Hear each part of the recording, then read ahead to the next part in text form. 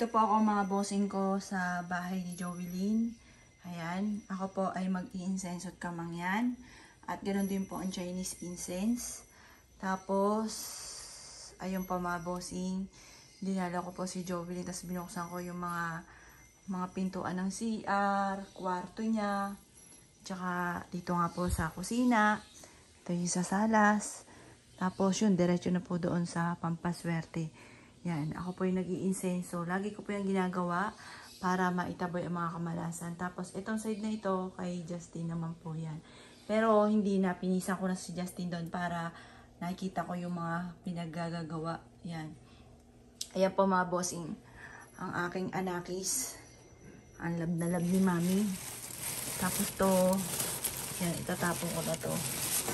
Ito, maglilinis lang po ako mga bossing ko. Tapos nagpapa-incense at kamangyan ako para taboy ko may mga bad spirit, taboy po. Ayan, hello anak. Love na love ka ni mami.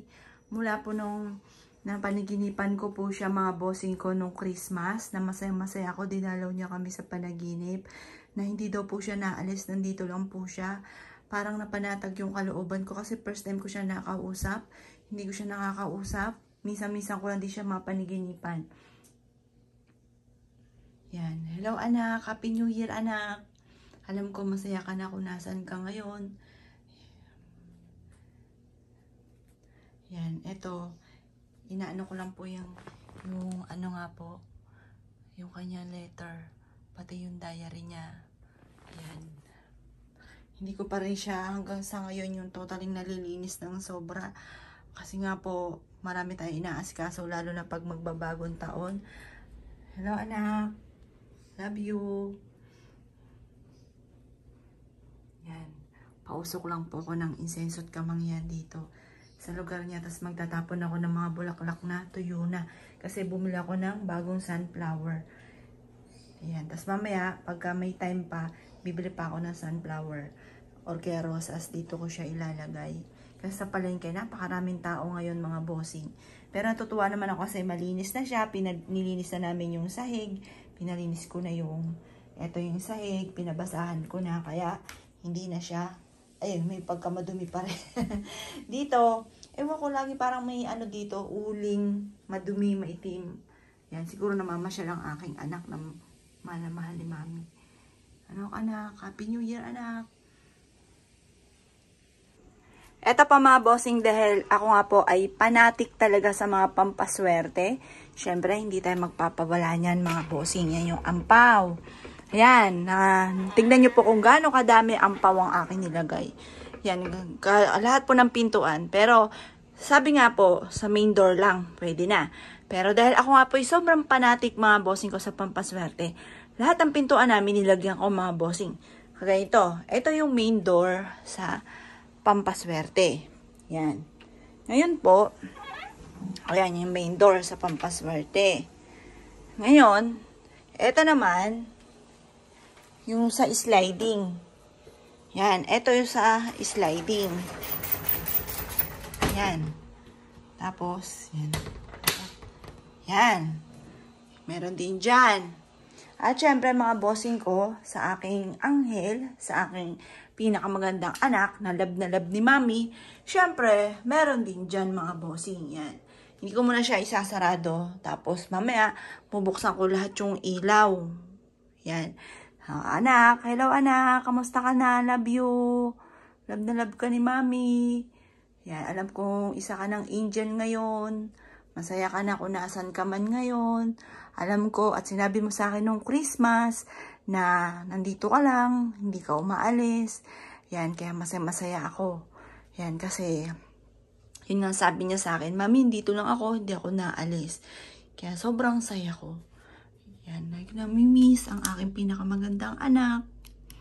Kaya ayoko umiyak, bagong taon. Ayan. Hello anak, ayan, nakapagpausok na ako. Tapos, yung paborito niyang lavender. Ayan, mag-spray tayo para always mabango dito. Na siya nalinis na. Ayan, nakapag-insenso na ako. Hindi ko tinatagal dito kasi lagi ako nag-insenso at kamangyan. tatabay ng mga bad spirit. Ayan. Tapos malinis na. Meron din dito sa CR. Tapos, syempre, meron din dito sa kwarto ni Justine. Ayan, tinanggal namin yung ibang gamit, yung mga box na natira dito. Tapos sabi ko nga, pag may guest room, gustong matulog dito yung bisita namin, pwede dito. Kaya lang wala natutulog, natatakot. Ayan, syempre, hindi rin mawawala mga bossing ko dito sa kwartong ito. Ayan. Buksan ko yung mga ilaw, hindi ko na yan i-off. Mamaya bibisitahin ko ulit dito yung aking anak. Tapos, ito yung kusina nila. Tapos, syempre, hindi mawawala ito mga bossing, yung sa back door. Pero lahat po yan, nakaayon lahat mga bossing ko sa pampaswerte. Dahil yung back door namin at main door ay nakaharap lahat sa silangan mga bossing.